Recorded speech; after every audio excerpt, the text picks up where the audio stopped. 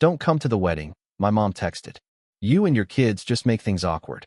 My sister reacted with a laughing emoji. I replied, "Then you won't need my card for the venue." The group chat kept buzzing with laughter, completely unaware of what was coming next.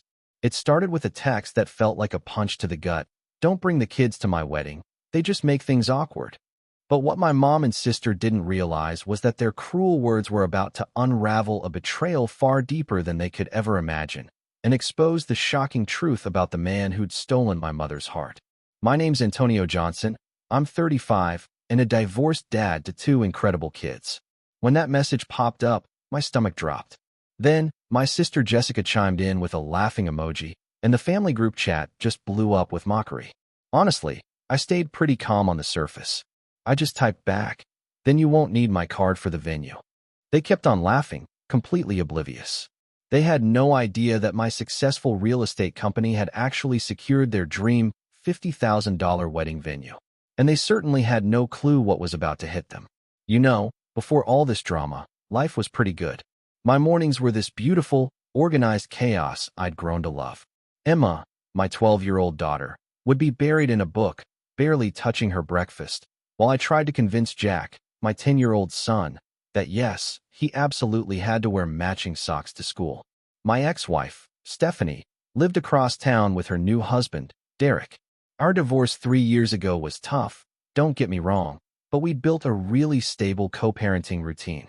Weekdays were with me, weekends with her, and it worked for everyone. My days at Johnson Development Group were busy, but deeply fulfilling. I built that company from nothing after college. Now, I had this office with floor-to-ceiling windows overlooking downtown. We weren't just chasing profits. We were transforming abandoned properties, making a real impact on the city. We'd just wrapped up our biggest project, converting an old factory into luxury apartments that sold out before construction was even finished. It wasn't just financial success. We were changing the city landscape for the better. My relationship with my mother, Barbara, had always been rock solid, especially when my father was alive. He was her balance, her rock. He passed away 6 years ago from a heart attack, leaving Mom a widow at 52. For a few years after his death, we actually grew closer. I'd take her to Sunday dinners, and she'd babysit the kids when Stephanie and I needed a night out. When the divorce happened, she was my biggest supporter, helping with the kids while I struggled to balance single parenthood with running my business. But then, things started to shift about 2 years ago. She met Harold Wilson at a charity gala. Harold was 60, owned a chain of car dealerships, and had this air of confidence that bordered on pure arrogance. Their relationship moved fast. Within 6 months, he'd convinced Mom to sell the house she'd lived in for 30 years and move into his mansion in the hills. Our Sunday dinners? They became less and less frequent, always with excuses about Harold's busy schedule or the exotic trips he was taking her on. My sister Jessica, 32 and unmarried, reacted completely differently than I did. She'd built a career as a social media influencer, all about fashion and luxury. Harold's wealth instantly impressed her, and she quickly aligned herself with him and his glamorous circle. Jessica and I used to be tight. Even though we were total opposites, she was outgoing and social. I was more reserved and focused. But as Harold's influence over Mom grew, Jessica became increasingly distant from me and surprisingly critical of my boring family lifestyle. The kids felt the shift in their grandmother's attention. Emma, perceptive as ever, once asked me why Grandma didn't call as much anymore. Jack, ever direct, wanted to know why we couldn't go to Grandma's new house as often as the old one. I tried to explain that adults' lives change, but I could see the confusion and hurt deep in their eyes. When Mom and Harold announced their engagement 6 months ago, there was this huge celebration at Harold's country club. Emma and Jack were invited, but they were treated like an afterthought, relegated to a kids' table miles from the main celebration. Jessica? She spent the entire event snapping photos with Harold's friends and business associates, barely even acknowledging her niece and nephew. Still, I genuinely wanted Mom to be happy, even with my reservations about Harold. When they started planning the wedding, I offered to help with the venue. Elizabeth Carter, the owner of Lakeside Manor, the most prestigious wedding venue in the state, was a client of mine. I'd helped save her historic property from developers who wanted to tear it down for condos. Because of my connection, She gave Mom a courtesy tour, and Mom instantly fell in love with the place. The only problem? The cost, a whopping $50,000 for the deposit alone. Harold, despite all his displays of wealth, actually hesitated at the price. I'll put my card down for the deposit, Mom, I offered during a rare moment alone with her. Consider it my wedding gift to you. The relief and pure joy on her face were worth every penny. She hugged me so tight, saying, "You're such a good son, Antonio, just like your father."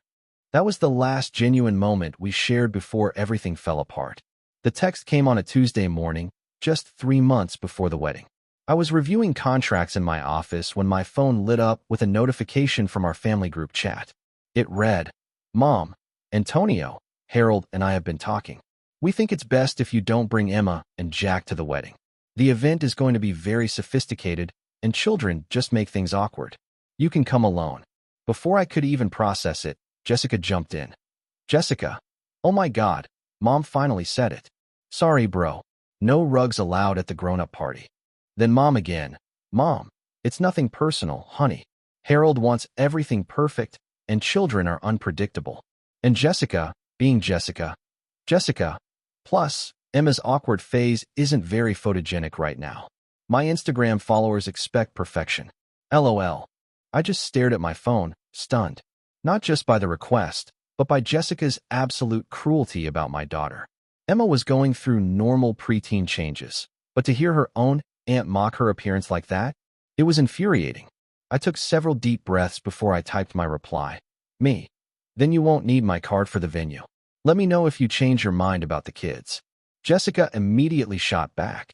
"Jessica, don't be dramatic. Harold can pay for it if you're going to be petty." And Mom, Antonio, please don't be difficult. This is my special day. The group chat kept buzzing with Mom and Jessica laughing about how I was overreacting. I put my phone away and tried to focus on work, but it was impossible. The next morning, I drove to Mom's new house, determined to have this conversation face to face.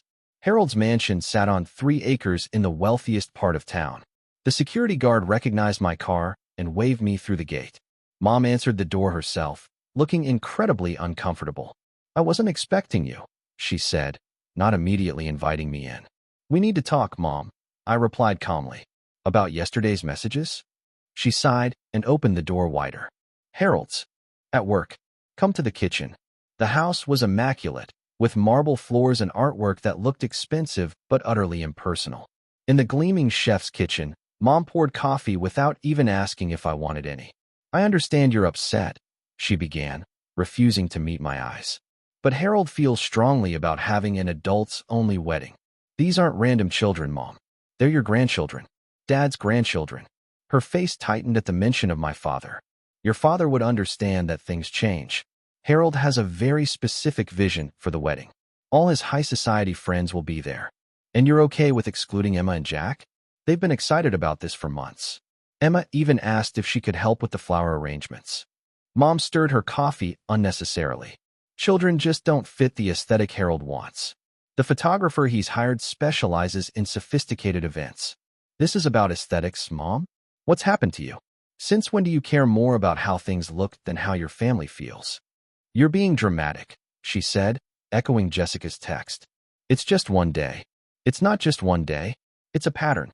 You've been canceling plans with the kids, missing Jack's baseball games, forgetting to call Emma on her birthday until Jessica reminded you." Mom's expression hardened. "I'm entitled to my own life, Antonio. I've spent years putting family first. Now it's my time to enjoy myself with people who make me happy. People who make you push away your family? Harold isn't making me do anything," she snapped. And frankly, Jessica agrees with me. She thinks you use the kids to guilt trip me. That was when I realized Jessica had been turning Mom against me behind the scenes. "Have you even considered how this will affect Emma and Jack?" I asked, my voice strained. "Being told they're not welcome at their grandmother's wedding because they might ruin the photos? They're young. They'll get over it," Mom said dismissively. "You can still come, Antonio. Just get a babysitter." I stood up, suddenly exhausted by the conversation. "I need to think about this. But you should know, those kids adore you. This will hurt them deeply." "They'll be fine," Mom repeated, showing me to the door. "Please don't make this harder than it needs to be." That evening, I had to sit down with Emma and Jack and explain. There was no good way to tell children they were being excluded for not fitting an aesthetic. Emma, always so sensitive, went quiet, then asked in a tiny voice, "Is it because of my braces?" Jessica said they make me look weird in photos. My heart broke. "No, sweetheart," I said, pulling her close. "Your braces are perfect, and so are you. This is about Grandma and Harold making poor choices, not about you." Jack was more openly angry. "Harold is stupid, and Grandma's stupid for listening to him." "Hey," I said gently, "we don't call people stupid, even when they hurt us. But it's okay to feel angry. I'm pretty angry, too." That night, after they went to bed, I called my best friend Marcus to vent. We met at Riley's, the bar where we'd been meeting since college. "She actually said that?" Marcus asked incredulously after I recounted the conversation about her own grandkids. Word for word, I confirmed, nursing my beer. "And Jessica's encouraging it. You should have seen the text she was sending. Man, I never liked that Harold guy, but this is next level. What are you going to do about the venue payment?" I sighed. "I don't know yet. Part of me wants to pull my card immediately, but I don't want to stoop to their level.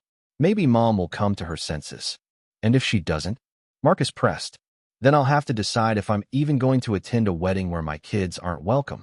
"What about your sister?" "Jessica's made her choice. She sees Harold as her ticket to the high society she's always wanted. If throwing her niece and nephew under the bus helps her get there, she'll do it without hesitation." Marcus shook his head. "Family man. Can't live with them." "Yeah," I agreed.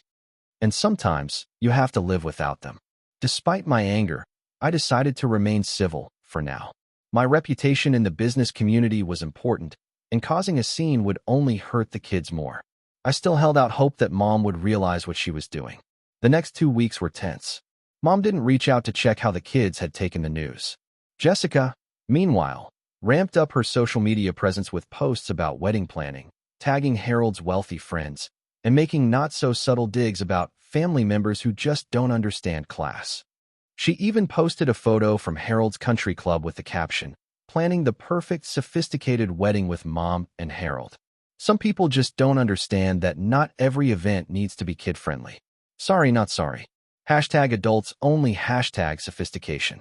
Mom had always called the kids every Sunday night, a tradition that predated Harold. Now, 2 Sundays passed with no calls.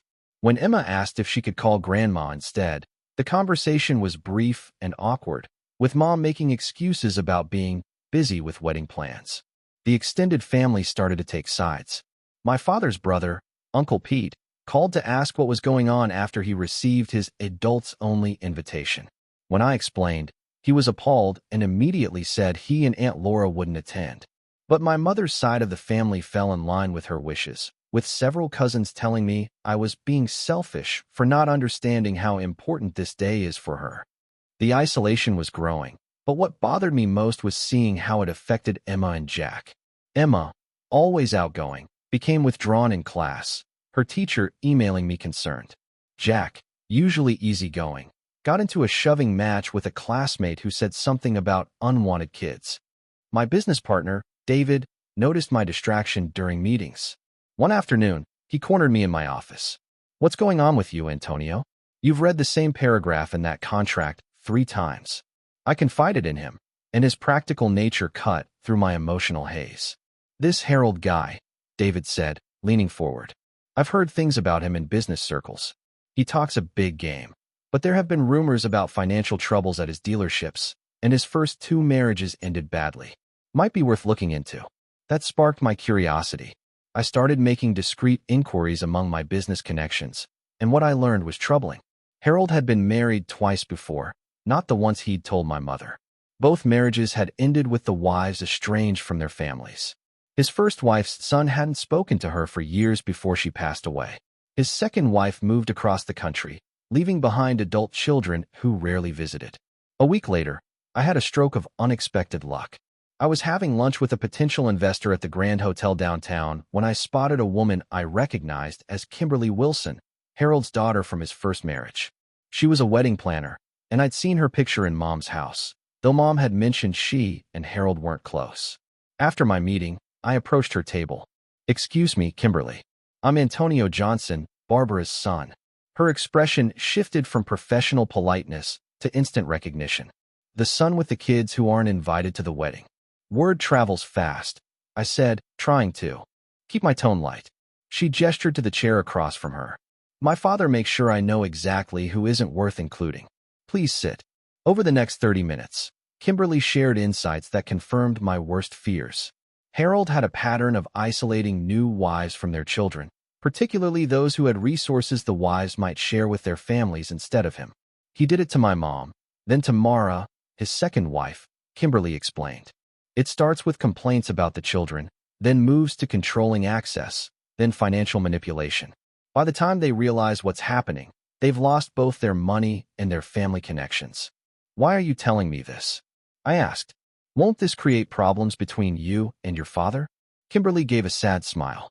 We haven't had a relationship in 15 years. I'm only invited to the wedding for appearances. She hesitated. I saw what it did to my mom, losing connection with me and my brother. Your mother seems nice. I'd hate to see history repeat itself. As if the situation wasn't difficult enough, Jessica chose this time to escalate her attacks.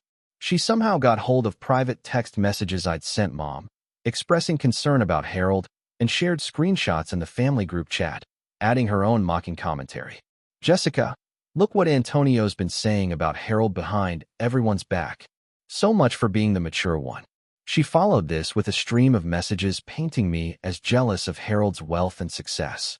Mom didn't defend me, instead responding with, Mom, Antonio, I'm very disappointed in you. Harold has only been generous with this family. The final straw came when Jessica attended a family barbecue at Uncle Pete's house, one of the few family members still trying to stay neutral. Emma and Jack were there. Jessica spent the afternoon taking selfies with various family members, but pointedly excluding Emma. When Emma finally asked to be in a photo, Jessica loudly announced, Sorry, I'm trying to keep my social media aesthetic consistent. Maybe when those braces come off. Emma locked herself in the bathroom, crying.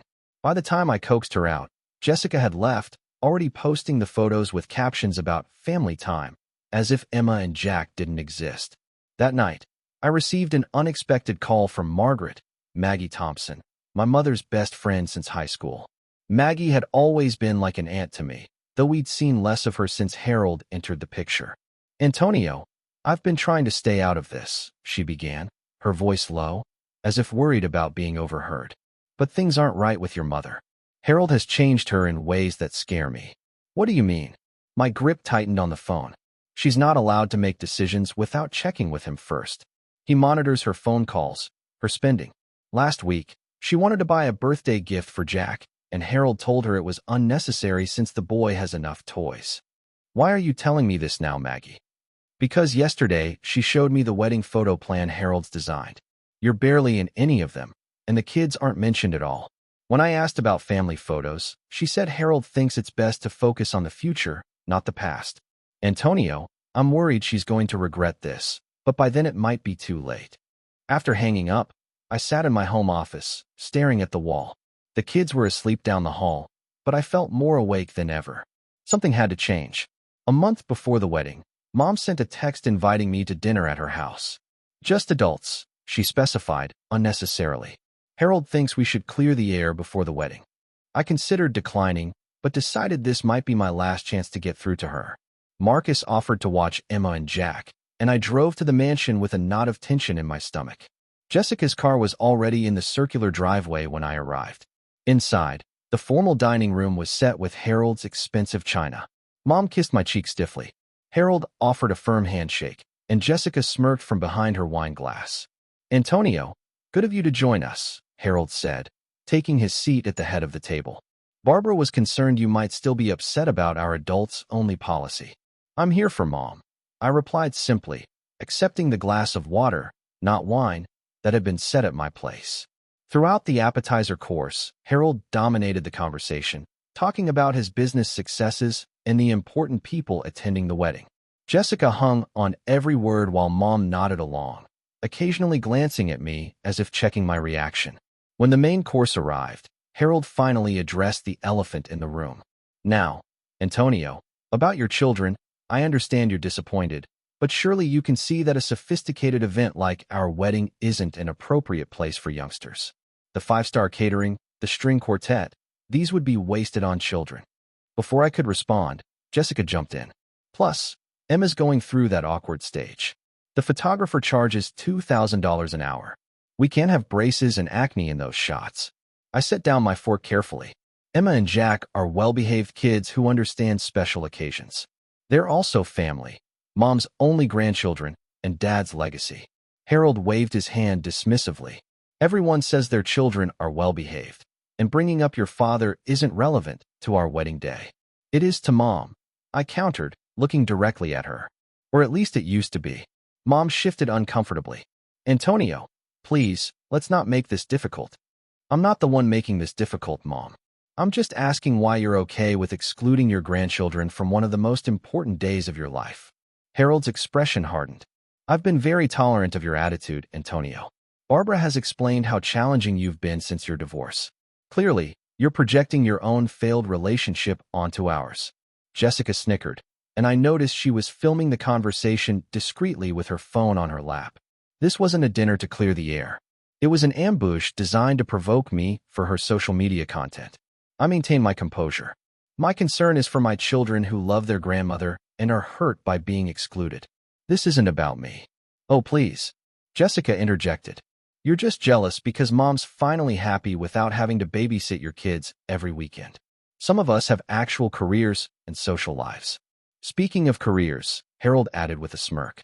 I heard that development project on the east side is having permit issues. Shame when people get in over their heads in business. The comment caught me off guard. The permit issue was a minor setback that had only been discussed in a private meeting yesterday. Harold must have connections in the city offices feeding him information about my business. My business is doing fine, thank you, I said coolly. And I'm happy Mom has found someone. I just wish that someone valued family as much as Dad did. Harold's face darkened. Let's leave your father out of this. From what Barbara has told me, he was an underachiever who never provided the life she deserved. At least I can give her security and status. The room went silent. I looked at Mom, waiting for her to defend Dad, the man she'd loved for 30 years, who had worked 2 jobs to put her through nursing school, who had never missed a single one of Jessica's dance recitals or my baseball games. But she said nothing, staring down at her plate. That was the moment something broke inside me. Not with a crash, but with a quiet finality. I stood up slowly, placing my napkin beside my barely touched meal. Mom, I've tried to be understanding. I've given you space to build your new life with Harold, but I won't sit here and listen to Dad being disrespected, and I won't keep exposing my children to the pain of being rejected by their grandmother. Jessica rolled her eyes dramatically. Here comes the martyr act. I ignored her, keeping my focus on Mom. You have a choice to make. Your grandchildren would love to be part of your wedding day. They miss you. But if Harold's vision of a sophisticated wedding is more important than their feelings, I need to respect that decision and make my own. Are you threatening to skip the wedding? Mom asked, finally finding her voice. Over this. I'm saying I need to protect my children. If they're not welcome at this family event, then maybe I need to reconsider what family means now. Harold stood up, his face flushed with anger. This is exactly the manipulative behavior I warned Barbara about. You're trying to make her choose between her happiness and your demands. No, I said quietly. I'm asking her to choose the kind of grandmother and mother she wants to be. Mom looked between Harold and me, conflict evident in her expression. For a moment, I thought I saw a flicker of the mother I knew, the woman who had once told me that family was everything. Then Harold placed his hand on her shoulder, and her expression hardened. Antonio, you're being unreasonable. This is my wedding, and Harold and I have decided how we want it to be. If you can't respect that, then perhaps it would be better if you didn't attend either. Jessica gasped theatrically, though I could see the satisfaction in her eyes. She was getting exactly the drama she wanted for her social media. If that's your decision, I respect it, I said, my voice steady despite the storm of emotions inside. I'll see myself out. As I walked to my car, my phone started buzzing with messages from family members who were already getting Jessica's carefully edited version of events. I silenced it and drove home in a state of calm determination. The time for hoping things would improve was over. Now I needed to act. Early the next morning, I called David and asked him to meet me at the office before anyone else arrived. By 7:30, we were reviewing my options over strong coffee. Legally, you're in the clear, David confirmed after I explained everything. The card you provided to Lakeside Manor was a hold, not a completed transaction. You haven't signed any contract obligating you to pay. I don't want to be vindictive, I emphasized, rubbing my tired eyes. This isn't about revenge. It's about boundaries, David nodded. And sometimes setting boundaries feels like punishment to people who are used to crossing them. After David left for a client meeting, I called Elizabeth Carter, the owner of Lakeside Manor. Antonio, what a nice surprise. She greeted me warmly. Everything on track for your mother's wedding? Actually, that's why I'm calling, Elizabeth. There's been a change of plans. I explained the situation as diplomatically as possible. There was a pause before she responded. I'm so sorry to hear that, Antonio. After everything you did to help save this place from developers, I can't imagine excluding your children from an event here. I appreciate that, but I need to know, what's the status of the payment hold on my card? It's just a hold to secure the date, she confirmed. No charges have been processed yet. The contract states full payment is due 21 days before the event. And that contract is with you. Actually, your mother isn't listed as the contracting party since you're the one who provided the financial guarantee. I took a deep breath. Then I need to cancel that hold, Elizabeth. I can't, in good conscience, pay for an event where my children have been explicitly unwelcome. I understand completely, she said. I'll process that right away. Would you like me to contact your mother? Or? No, I'll handle that part. Thank you for understanding. Next, I called my lawyer, Richard Parsons, who had handled my divorce and business contracts. I wanted to ensure I was on solid legal ground. You're well within your rights, Richard assured me after hearing the details. You made no written promise to pay regardless of circumstances, and verbal gift offers can be rescinded, especially when the relationship's circumstances have materially changed. And regarding recording the call with my mother? Missouri is a one-party consent state for recordings. As long as you're part of the conversation, you can legally record it without informing the other parties. That afternoon, I received a text from Kimberly Wilson asking to meet for coffee. At a quiet corner table in a cafe downtown, she slid a folder across to me. Wedding planning documents, she explained. Guest list, vendor contacts, payment schedules. Mom asked me to help coordinate since I'm in the industry, but Harold took over most decisions. I raised an eyebrow. Should you be showing me this? Probably not, she admitted. But you should know they're planning to announce their engagement to Harold's business partners as if it's breaking news at the wedding.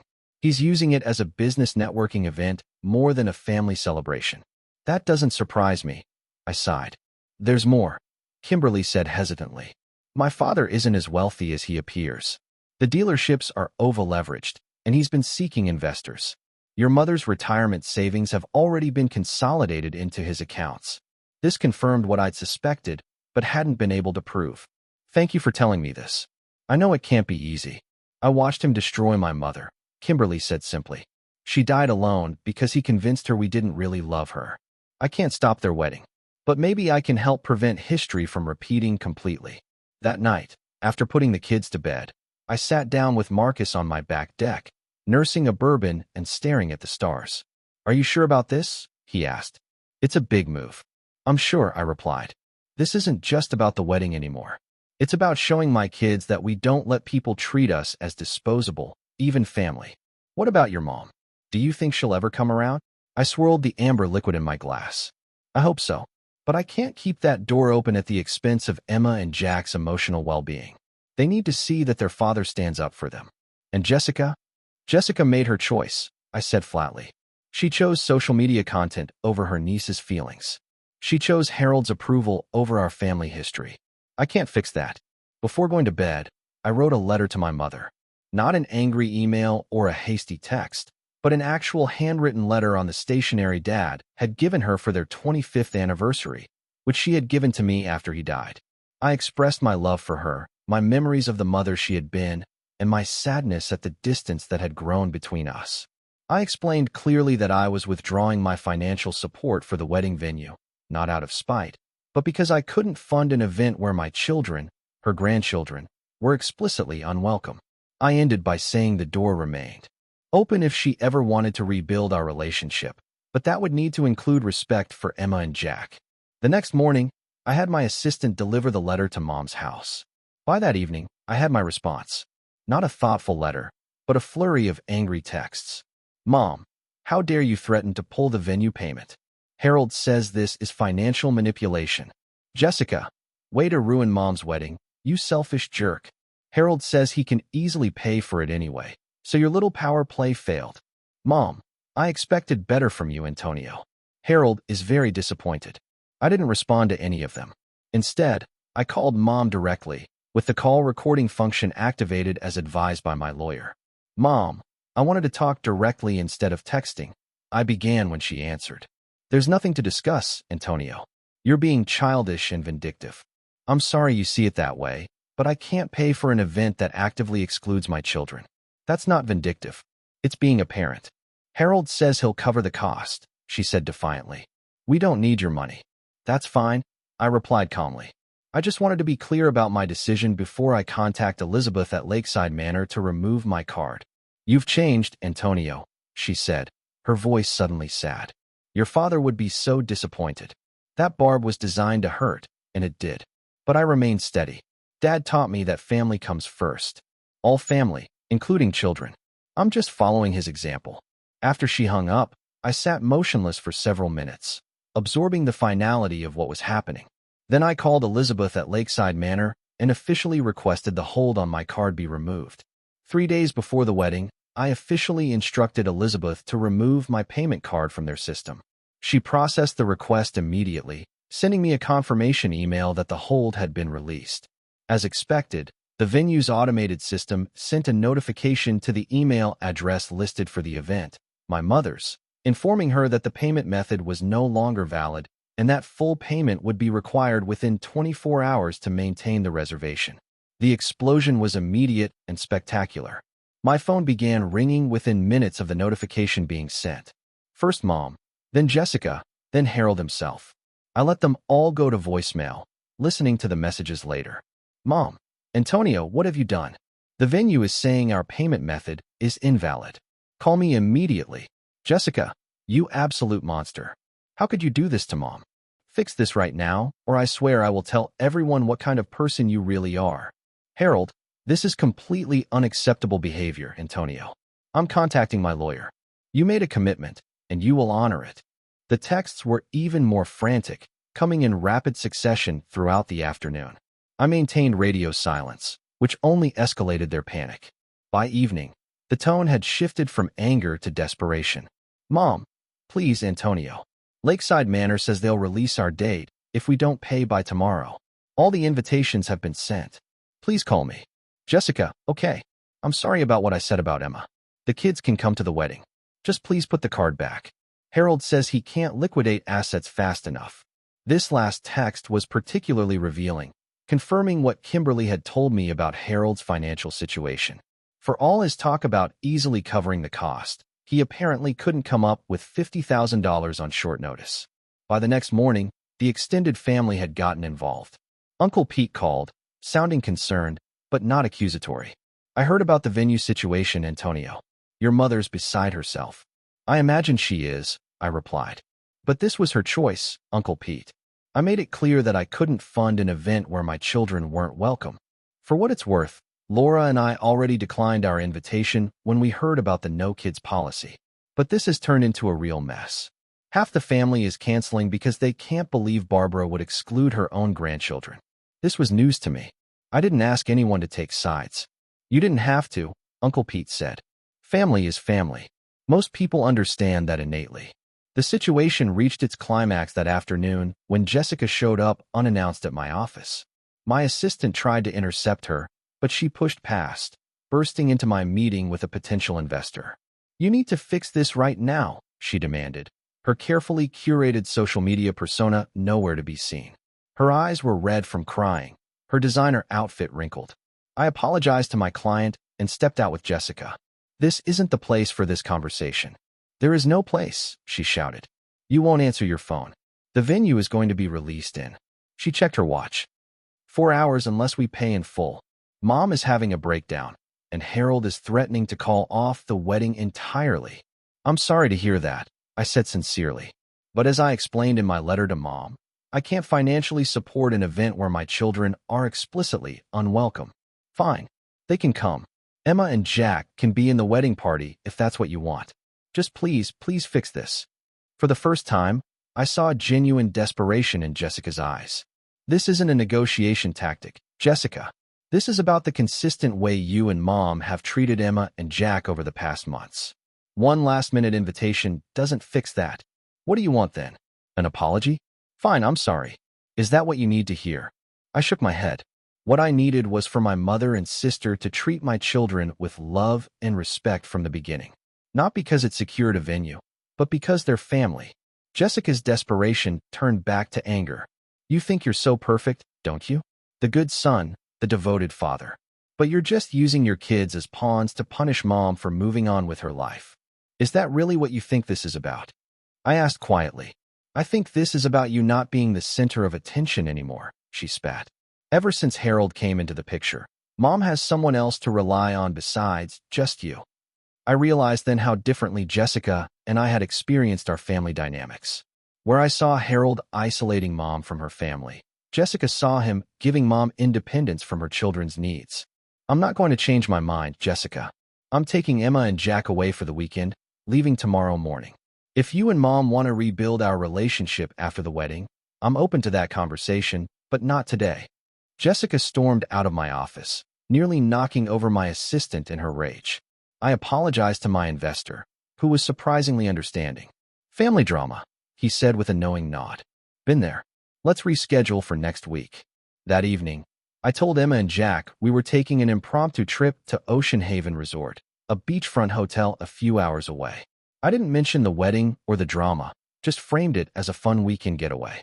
Their excitement at the prospect of building sand castles and swimming in the ocean was the confirmation I needed that I'd made the right choice. We left early the next morning, and I deliberately left my phone in airplane mode, checking messages only when the kids were swimming or otherwise occupied. The updates from family members painted a chaotic picture. Harold had indeed refused to cover the Lakeside Manor cost, claiming it was fiscally irresponsible to spend so much on a venue. The wedding had been hastily relocated to Harold's backyard, with Jessica frantically calling vendors to redirect them. Many guests had declined the last-minute change, citing various excuses, but mostly making it clear they were uncomfortable with the family drama. Mom's sisters had both canceled, as had most of my father's family. At the resort, we met Natalie Rivera, the event coordinator, who helped set up a beachside bonfire for us on Saturday night. She was warm and engaging with the kids, teaching Emma how to roast the perfect marshmallow and showing Jack how to identify constellations in the night sky. When the kids went to bed, exhausted from swimming, Natalie and I shared a glass of wine on the terrace of our suite, talking easily about everything except family drama. Your kids are wonderful, she said, watching the moonlight on the waves. They're lucky to have a dad who prioritizes them like you do. I'm the lucky one, I replied, realizing I meant it completely. Despite all the turmoil, I had two amazing children and the clarity that came from standing firm in my values. Sunday, the wedding day, came and went without us. According to Uncle Pete, who texted me a brief update, the ceremony had been short and sparsely attended, with Harold looking irritated throughout and Mom appearing shell-shocked. Jessica had been conspicuously absent from social media, posting nothing about the wedding she'd been documenting obsessively for months. As we drove home on Monday, I felt a weight had lifted. I hadn't caused the outcome. I'd simply refused to participate in my own family's mistreatment. Whatever happened next would be up to Mom and Jessica. In the month following the wedding, our little family found a new rhythm. Emma joined an art class where her creative talents flourished, while Jack discovered a passion for soccer that had him practicing in our backyard every evening. I made a point of being home for dinner every night, creating new traditions like Waffle Wednesday and movie marathon Sundays that gave us all something to look forward to. We also started family therapy sessions with Dr. Rachel Winters, who specialized in helping children navigate complex family dynamics. Emma gradually became more confident, even posting a smiling photo with her braces on her private social media account. Jack's anger issues at school subsided as he learned healthier ways to express his feelings. The business continued to thrive, With the permit issue, Harold had mentioned resolving itself without issue. David and I secured the investor who had witnessed Jessica's outburst, ironically, because he was impressed with how calmly I'd handled the situation. Anyone who can maintain composure during family chaos can definitely manage a complex development project, he'd said when signing the contract. Marcus remained a steadfast presence, joining us for dinner once a week and taking the kids fishing on occasional Saturdays to give me some personal time. It was during one of these quiet Saturdays that I received the call I'd been half expecting, half dreading. "Antonio." My mother's voice sounded smaller than I remembered. "Do you have a few minutes to talk?" We arranged to meet at a neutral location, a coffee shop downtown, the following day. When I arrived, I almost didn't recognize her. The carefully maintained appearance she'd adopted since meeting Harold was gone, replaced by a simpler look that reminded me of the mother I'd grown up with. "Thank you for coming," she said, hands wrapped tightly around her coffee cup. "I wasn't sure you would." I said the door was open. I reminded her gently. "I meant it." She nodded, tears forming. "I don't know where to begin. To say I'm sorry seems inadequate for what I've done." "What happened after the wedding, Mom?" I asked, not unkindly. She took a shaky breath. "The wedding was not what I expected. So many people didn't come. The backyard setup was nothing like what I dreamed of. Harold was angry the entire time, blaming me for not controlling you better." She dabbed at her eyes with a napkin. "Afterward, things got worse. He was monitoring all my spending, questioning every phone call. He even suggested I change my will to favor him over you and Jessica. That's when I started to see clearly what was happening." "And Jessica?" I prompted. "She and Harold had a falling out the day after the wedding. He accused her of using his connections for her social media without contributing anything of value. She moved out of the guest house last week." I absorbed this information quietly, not surprised, but still saddened. "The thing is," Mom continued, her voice breaking, "I miss my grandchildren so much. I realize now what I was throwing away. Those Sunday calls with Emma and Jack were the highlight of my week, and I just gave them up because Harold thought they were a distraction." "They miss you too," I acknowledged. "They ask about you." Hope flickered across her face. "Do you think? Would it be possible for me to see them sometime? I understand if you need time or if you want to be present during any visits. I would respect whatever boundaries you set." The fact that she used the word boundaries told me she'd been doing some reflection. "We could start with a short visit, maybe ice cream this weekend. I would need to be there, and I need to talk with them first to make sure they're comfortable." "Of course," she agreed quickly. "Anything. I just want a chance to be their grandmother again, to be your mother again. It's going to take time, Mom. Trust isn't rebuilt overnight."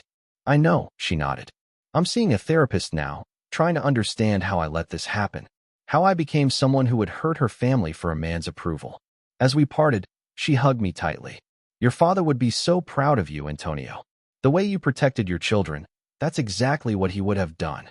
This simple acknowledgement of my father's memory meant more than any elaborate apology could have. Jessica's journey back was more complicated. Her first attempt at contact was a text that read simply, "You were right about Harold. I'm sorry." 2 weeks later, she asked if she could come over to apologize to Emma and Jack in person. I agreed, but made it clear that if she upset them in any way, the visit would end immediately. To my surprise, she arrived without makeup, dressed simply, and bearing thoughtful gifts, an art set for Emma, and a signed soccer ball for Jack from the local professional team. Her apology was genuine, acknowledging specifically how her words and actions had hurt them. "I got caught up in trying to be someone I'm not," she admitted as the kids showed her their rooms. "I forgot what actually matters. I hope someday you guys can forgive your Aunt Jessica." Emma, always the more forgiving of the two, gave her a tentative hug. Jack took longer to warm up, but by the end of the visit, he was showing her his soccer moves in the backyard. As for Jessica's social media career, it had taken a significant hit when several followers pieced together the wedding drama from her conspicuous silence. She'd lost a major sponsorship deal, but told me later it was probably for the best. "I'm going back to school," she announced during a coffee meetup 6 months after the wedding, "to finish my psychology degree. I think I want to help people for real, not just pretend to on Instagram." The business continued to flourish, with our East Side development project winning a Community Impact Award. David and I expanded the company, hiring 2 new project managers to handle the increased workload. Elizabeth from Lakeside Manor referred several high-profile clients our way, appreciative of how professionally I'd handled a difficult situation. My relationship with Natalie developed slowly and naturally. After our weekend at the resort, we began meeting for coffee, then dinners, then family outings with the kids. She understood my caution about introducing someone new into Emma and Jack's lives and never pushed for more than I was ready to give. 6 months in, when Jack casually referred to her as part of our family, I realized how seamlessly she had integrated into our lives. 1 year after the wedding that wasn't, we held a family barbecue in my backyard. Mom was there, more like her old self than she had been in years. Jessica brought her new boyfriend, a kindergarten teacher with no social media accounts, who looked at her like she hung the moon. Uncle Pete and Aunt Laura came with their children and grandchildren, Marcus and David with their families, and Natalie, now officially my girlfriend, coordinating games for all the kids. As I watched this gathering, messy, noisy, completely unsophisticated, and absolutely perfect, I reflected on everything we'd been through and the lessons I'd learned. First, standing up for yourself and your children isn't selfish. It's necessary. Sometimes the hardest boundaries to set are with the people we love most. Second, true family is defined by how people treat each other in difficult moments, not by blood relations or social appearances. The people who stand by you when it would be easier to walk away, those are your real family. Third, allowing yourself to be vulnerable again after betrayal takes courage. But the alternative, closing yourself off from new connections like the one I'd found with Natalie, is a far greater risk. And finally, the peace that comes from living according to your values is worth any temporary discomfort or conflict. My children were growing up seeing that their father would always put them first, that difficult emotions could be processed healthily, and that forgiveness was possible without forgetting the lessons learned. That night, after everyone had gone home and the kids were in bed, I sat on the back porch with Natalie, our hands intertwined as we looked at the stars. "You know," she said thoughtfully, "when you first told me the whole wedding story, I couldn't believe anyone would treat their family that way. But seeing everyone together today, how far you've all come, it's pretty remarkable." It wasn't easy, I admitted. There were times I wanted to just wash my hands of all of it. But you didn't. You left the door open for reconciliation, even while standing firm. That's real strength. She was right. The easiest path would have been cutting ties completely. The harder, more rewarding path was setting boundaries while maintaining the possibility of healing. As we sat there in comfortable silence, I felt profound gratitude for this unexpected journey. Out of one of the most painful experiences of my adult life had come clarity, stronger relationships with my children, new connections with people like Natalie, and eventually healthier relationships with my mother and sister. Sometimes the families we build from the ashes of disappointment are stronger than those we're born into. And sometimes, if we're lucky, they can become one and the same. Have you ever had to stand up to family who took you for granted? How did you balance setting boundaries with keeping the door open for reconciliation? Share your experience in the comments below. And if this story resonated with you, please hit that like button and subscribe to hear more real-life stories about family, forgiveness, and finding your way through difficult relationships. Thank you for listening to my story. And remember, sometimes the hardest choices lead to the most beautiful outcomes.